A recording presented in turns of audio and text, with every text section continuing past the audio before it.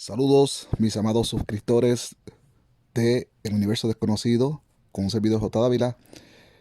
En esta entrega les voy a presentar un mini documental preparado por unos investigadores mexicanos, precisamente sobre la cultura mexica, los antepasados de los actuales mexicanos. Y antes de comenzar con ese mini documental, voy a emitir unos comentarios, porque luego que ya ponga el documental, pues lo voy a dejar hasta el final. Y bueno, ahí van a estar los créditos de las personas que se entrevistaron ahí y los que trabajaron, ¿no?, en la edición y en preparar ese documental. Voy a honrar los créditos de esas personas porque el trabajo me parece muy excelente. Mi comentario inicial es que, como hemos dicho en muchas otras ocasiones aquí en este canal, las mentes más modernas están reinterpretando los eventos del pasado que usted y yo estudiamos en la escuela, mayormente la clase de estudios sociales, y que fueron manipulados por mentes mayormente controladas por la iglesia. Entonces, hechos como el famoso descubrimiento de América, pues hoy las mentes más modernas, las mentes con más información, pues estamos, y digo estamos porque me incluyo, estamos interpretando los hechos de una manera muy distinta a como se nos entregó. Y cuando digo que interpretamos los hechos de una manera muy distinta, es que por lo menos personas como yo, y mayormente los millennials, los centennials, todos estos muchachos jóvenes que están viendo las cosas muy distintas como las vieron sus padres, eh, pues no vemos eso como un descubrimiento de América, sino lo que vemos es como una invasión. Lo que hubo fue una invasión aquí en las Américas. Aquí no se descubrió nada, aquí vivían gente, una sociedad o sociedades, y digo sociedades, sociedades muy avanzadas, como los mismos mexicas, los mayas, los incas, los olmecas, etcétera. Entonces, una crítica que voy a hacer aquí, antes de comenzar el video, es sobre los sacrificios humanos. Siempre se nos ha hablado de los sacrificios humanos que se han hecho aquí en las Américas, ¿verdad? Tanto en los incas, en los mayas y principalmente los aztecas, que es donde se enfocan los maestros de este documental. Lo que sabemos de estos supuestos sacrificios lo sabemos por los cronistas españoles que no fueron testigos presenciales, sino que reúnen crónicas y las amañan a su manera, pues por razones que los mismos maestros van a explicar aquí en este documental. Ahora bien, se nos ha hablado en todo momento de que, ¿verdad?, los conquistadores españoles vieron y denunciaron y que usaron como excusa el genocidio que hicieron acá, pues esos sacrificios humanos que ellos quisieron erradicar.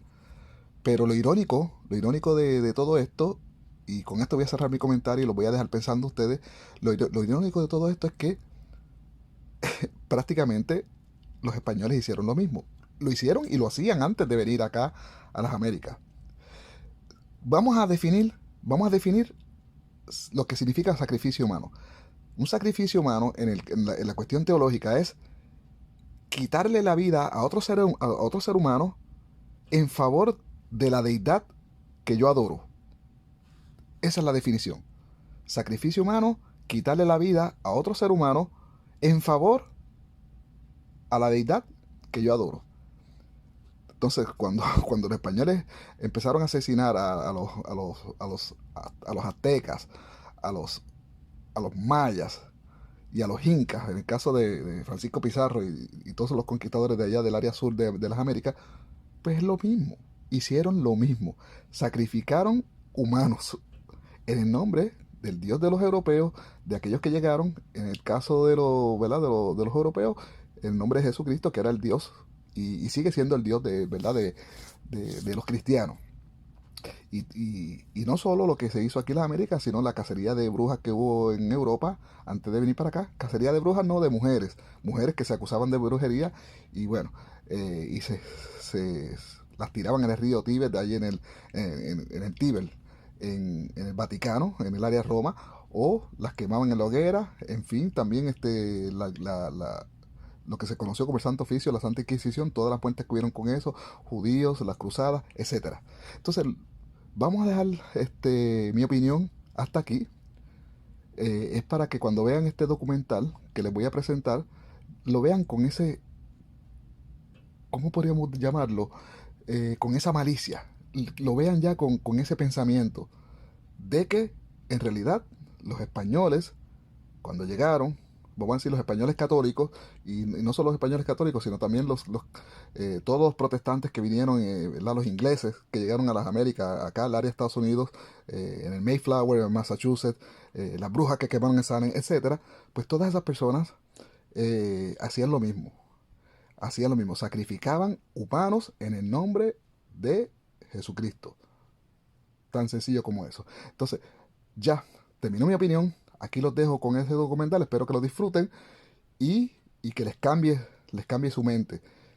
Entiendo que, y yo les voy a decir una cosa, la audiencia que yo tengo es una audiencia privilegiada, no todo el mundo tiene acceso a este conocimiento, y por eso este canal se llama El Universo Desconocido, porque afuera de este universo de suscriptores que tenemos aquí en este canal y los que tengo en mis redes sociales, las demás personas pues no se enteran de estas cosas.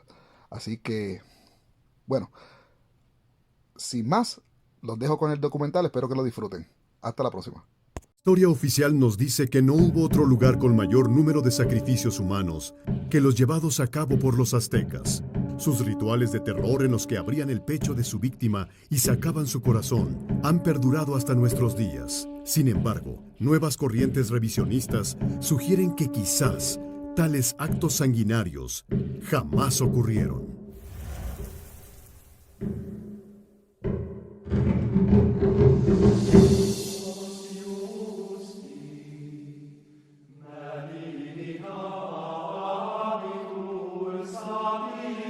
Bernardino de Sahagún es considerado por muchos el autor del primer tratado de etnohistoria. Su obra, Historia General de las Cosas de la Nueva España, ha sido tomada como base para el estudio histórico de las antiguas civilizaciones mesoamericanas y en particular de la mexica. En ella, Sahagún describe con horror muchas de las festividades en las cuales el sacrificio de seres humanos tenía lugar. Algunos sacerdotes vestían las pieles de los representantes de los dioses Izpapalotl, Opostli, Quetzalcóatl, Toscatozi y Huitzilopochtli. Los sacrificios más comunes que describe Sahagún son la muerte por decapitación y la extracción del corazón, y aclara: no creo que haya corazón tan duro que, oyendo una crueldad tan inhumana y más que bestial y endiablada como la que arriba queda puesta, no se enternezca y mueva a lágrimas y horror y espanto. Ellos venían ya con un esquema mental y con una idea justamente de pues criminalizar, diríamos ahora, a los antiguos gobernantes, a los antiguos dirigentes de nuestros pueblos, y de esa manera justificar su conquista, su avasallamiento, su sometimiento a lo que debiera de ser la ideología occidental. Hay que recordar que los informantes indígenas estaban enclaustrados en Santiago Tlatelolco bajo la supervisión de frailes españoles en un régimen muy opresivo en el que había una censura por parte de la Iglesia y de la corona, una censura que llevaba a la pena de muerte a quien osara contravenir las ideas oficiales. El libro de Sahagún tiene una cantidad enorme de errores. Uno de los errores más grandes es de que tanto habla en primera persona, o sea, como si los hechos le constaran a él, él hubiera vivido los hechos. Por el otro lado, de repente habla en tercera persona, como que alguien le está contando o alguien le está informando. La mayor parte del texto es en tercera persona, pero no se sabe quiénes son sus informantes. Se habla que fueron los alumnos de la escuela de Tlatelolco a los que ellos enseñó el español, el castellano, y les enseñaba la religión, y según era una escuela de artes y oficios. Pero esos informantes, en el supuesto de que sean ellos, porque nadie ha aclarado el dato, ya estaban hechos a la forma de pensamiento español. Sin embargo, Sahagún no fue el primero en describir estos actos rituales. El primer español que habló sobre los sacrificios fue Hernán Cortés, quien en su primera carta al emperador Carlos V redacta: Todas las veces que alguna cosa quieren pedir a sus ídolos, toman muchas niñas y niños, y aún hombres y mujeres de mayor edad, y en presencia de aquellos ídolos, los abren vivos por los pechos y les sacan el corazón. Estaban vigentes las leyes de Alfonso el Sabio, que decían que cualquiera que conquistase un territorio sin permiso del rey era reo de pena de muerte. Entonces, lo que hizo Hernán Cortés, pues en España le podía llevar al cadalso, a una ejecución. Entonces, hay que entender en su contexto las cartas de relación. Hernán Cortés era un hombre muy, muy astuto, y entonces alteró todos los hechos para él quedar bien. Él sabía que lo iban a juzgar tarde o temprano, y él no iba a escribir de su puño y letra un texto que después le iba a llevar a la pena de muerte. En base a su formación, en base a sus propios conceptos, fue que llevaron a cabo la conquista, cuyo único objetivo o principal objetivo era el hambre del oro. Y así lo declara Hernán Cortés abiertamente, lo declaran la mayor parte de los cronistas. Y si para obtener el oro era necesario matar, era necesario avasallar, era necesario asesinar, era necesario quemar pueblos enteros, los españoles lo practicaron sin ningún escrúpulo. El conquistador Bernal Díaz del Castillo también alude al sacrificio humano en su obra Historia verdadera de la conquista de la Nueva España. Parece ser, como Montezuma era muy devoto de sus ídolos, Tezcatepuca y Huichilobos, uno era dios de la guerra y el Tezcatepuca el dios del infierno. Y le sacrificaba cada día muchachos para que le diesen respuesta de lo que habían de hacer con nosotros, que la respuesta de sus ídolos era que no curase de oír a Cortés. Diremos que Bernal del Castillo comete un error garrafal desde el título de su libro. En primer lugar, no es un libro de historia. Un libro de historia es... se consultan las fuentes, se contrastan, se hace un análisis crítico, etcétera, etcétera. Él narra lo que él le pasó, puede ser una novela, no un libro de historia. El libro de Bernal del Castillo tiene un defecto de origen, que es que él empieza o confiesa que empieza a escribirlo cuando tenía 80 años, y él participó en la conquista cuando tenía 30, 35 años.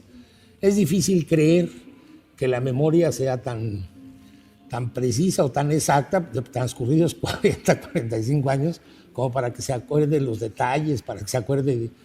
Entonces observa claramente que él va siguiendo el libro de historia de México de Gomara, que era el historiador oficial de Hernán Cortés. Se ve que lo tiene enfrente cuando va relatando los hechos, porque además sigue la misma secuencia, la misma crónica de Gomara, y lo va desmintiendo en algunas partes y otras las va afirmando. La religiosidad de los mexicas, basada en el culto a Huitzilopochtli, permitió la expansión y control sobre gran parte de los territorios vecinos. Y fue precisamente a esta deidad solar a quien se dedicaban las inmolaciones humanas. Las víctimas eran prisioneros de las guerras floridas. Antes de ser ofrendadas, se les trataba como dioses. Al llegar la fecha del Panquetzalistli, las subían a la cima del templo y las recostaban sobre el Temalácatl o piedra sacrificial. Ahí era sujetado de brazos y piernas, mientras el sacerdote principal empuñaba un tecpatl o cuchillo de obsidiana, y con un fuerte golpe le abría el pecho para después extraer el corazón, depositarlo en una vasija, quemarlo y ofrecer el humo a los dioses. Posteriormente, el cuerpo era arrojado por las escaleras del templo y finalmente era decapitado y desmembrado para ser consumido por los guerreros y la nobleza. Para los españoles, estos actos fueron la principal justificación para erradicar a la cultura mexica, conquistar el territorio y destruir los templos e ídolos. Hubo una reglamentación en España, las leyes de Burgos de 1511, en donde decían que solamente si había sacrificios humanos y canibalismo o sodomía podían adueñarse de las tierras.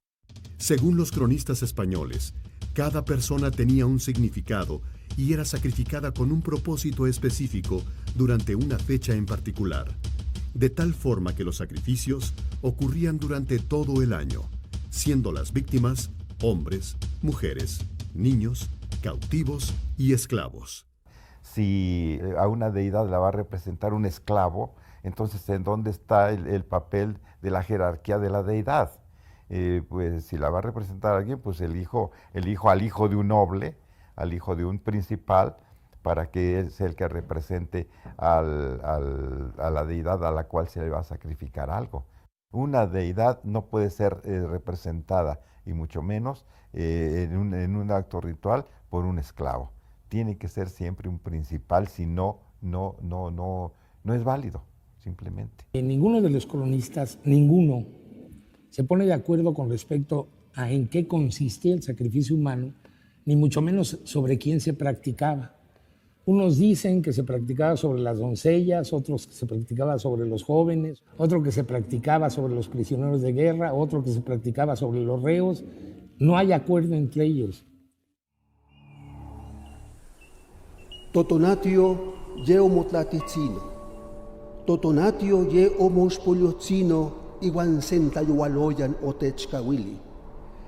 Mas animan timosentlalican, matimonechikocan iguan toyolnepantlan, matiktlalican nochi intlen toyolo kitlasotla.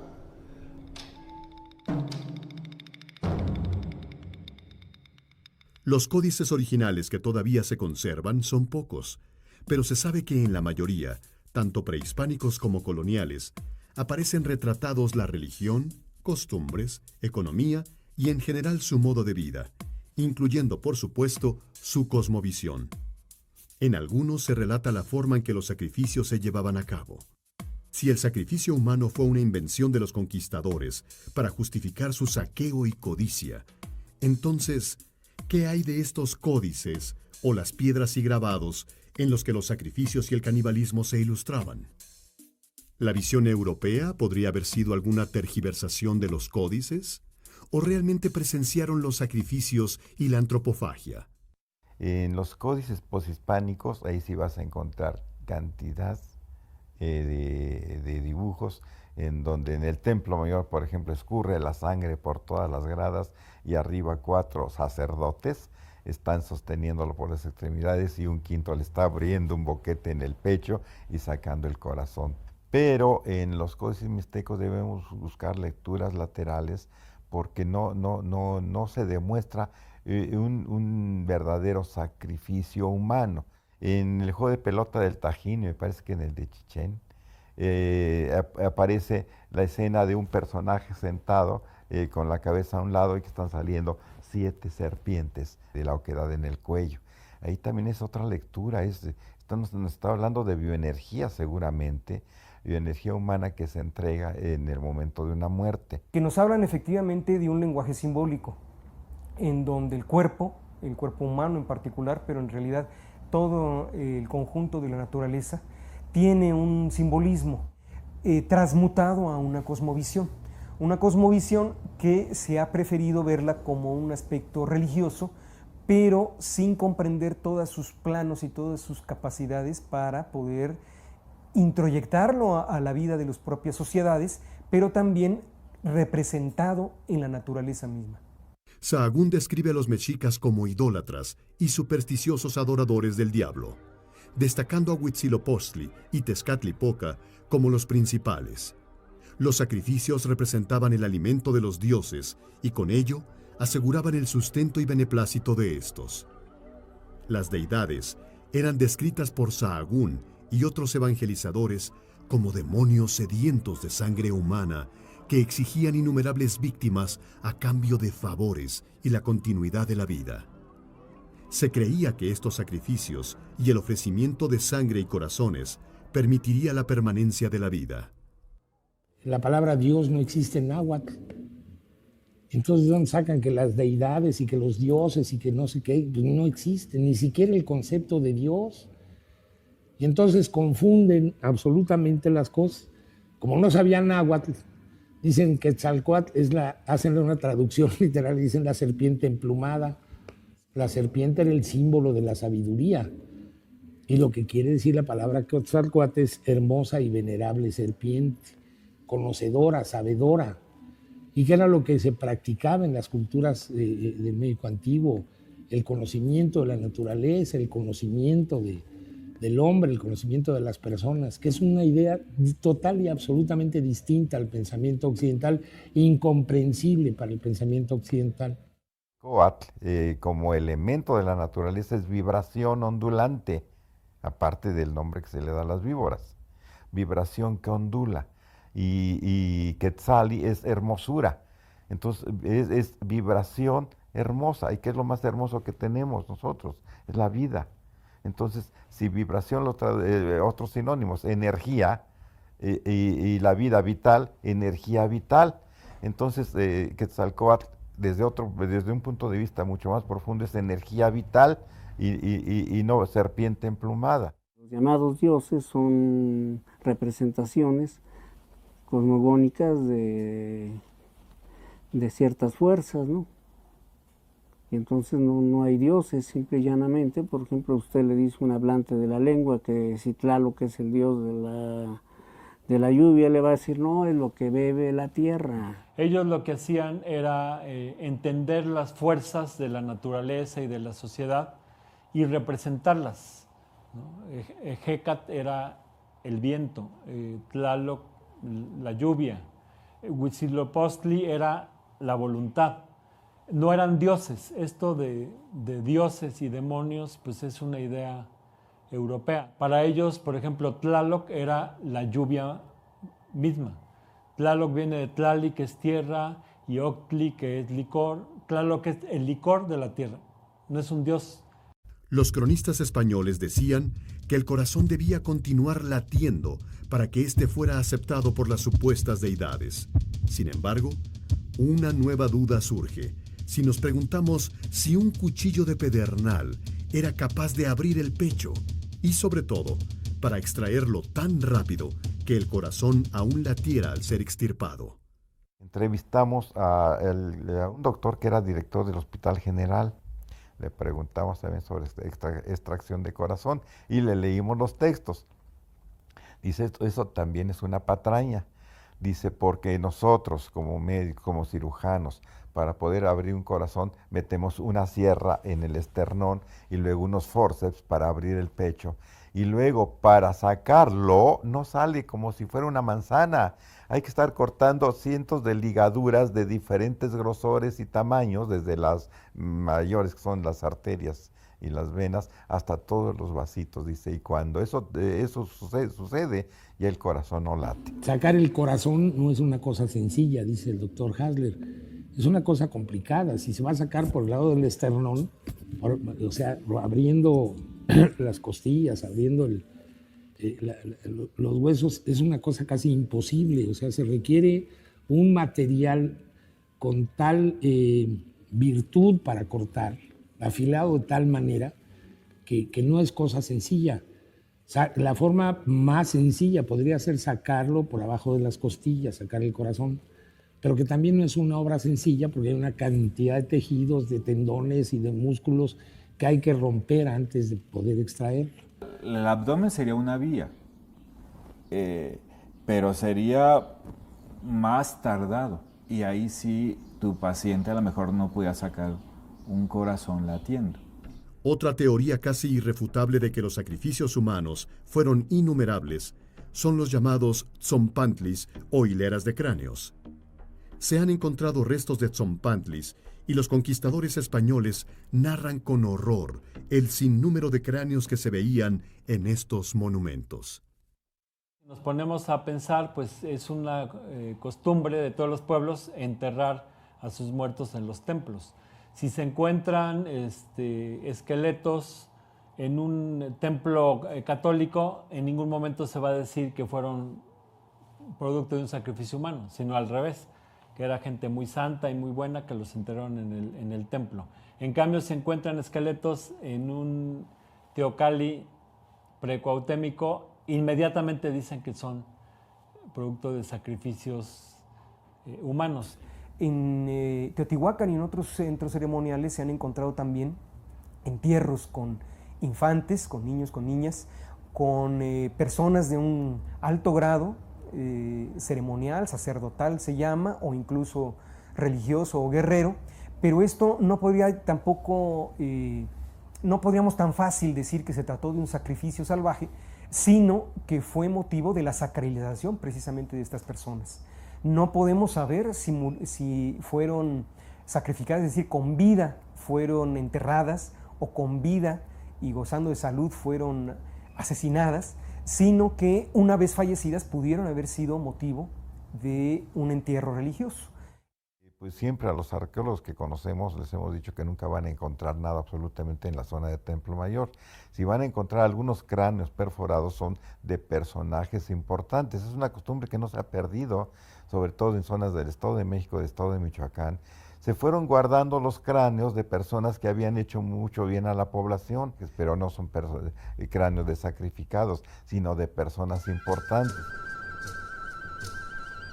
Maikil kawakan kinel whisky ni pilwan, kenin oksepa kweponiki totonatio, kenin xochitik isayaktzimo wal nemilis, iguantech mo mactilis ichikawalis, tikmati oksepa mo wal wilis, oksepa mo kisaltis iguan yankuikan, techtla wililikio.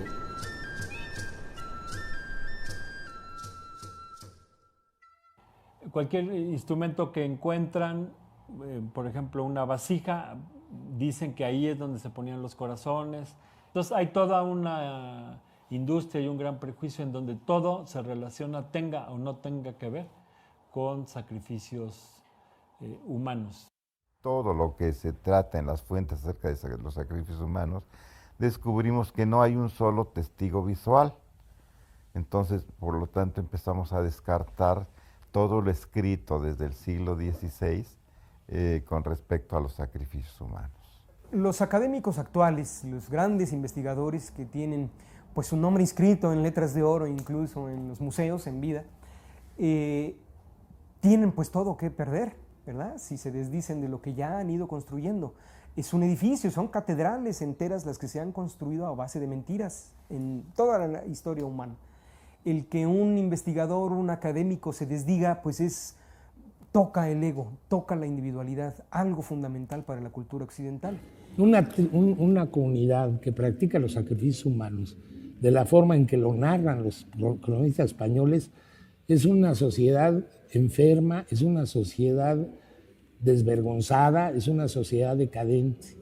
Y la herencia que tenemos de los antiguos pobladores es totalmente distinta. Lo que nosotros podemos observar, lo que podemos ver, cómo conciliar las maravillas que nos encontramos a cada paso con una práctica tan nefasta como los sacrificios humanos, pues con tantito de razón, con tantito de inteligencia. ¿Por qué? Porque la parte del mito es lo que no se ha desterrado a través de la historia, ¿no? Ya sea desde el punto de vista científico, histórico, de la tradición oral o antropológico, las pruebas sobre la existencia del sacrificio humano no dejan de encerrar múltiples interrogantes, dudas que surgen tan pronto el velo del estigma es removido. Únicamente si esas evidencias son analizadas desde una perspectiva más crítica, será posible conocer el pensamiento de una cultura tan sobresaliente como la china o la griega, que ha sido injustamente devaluada.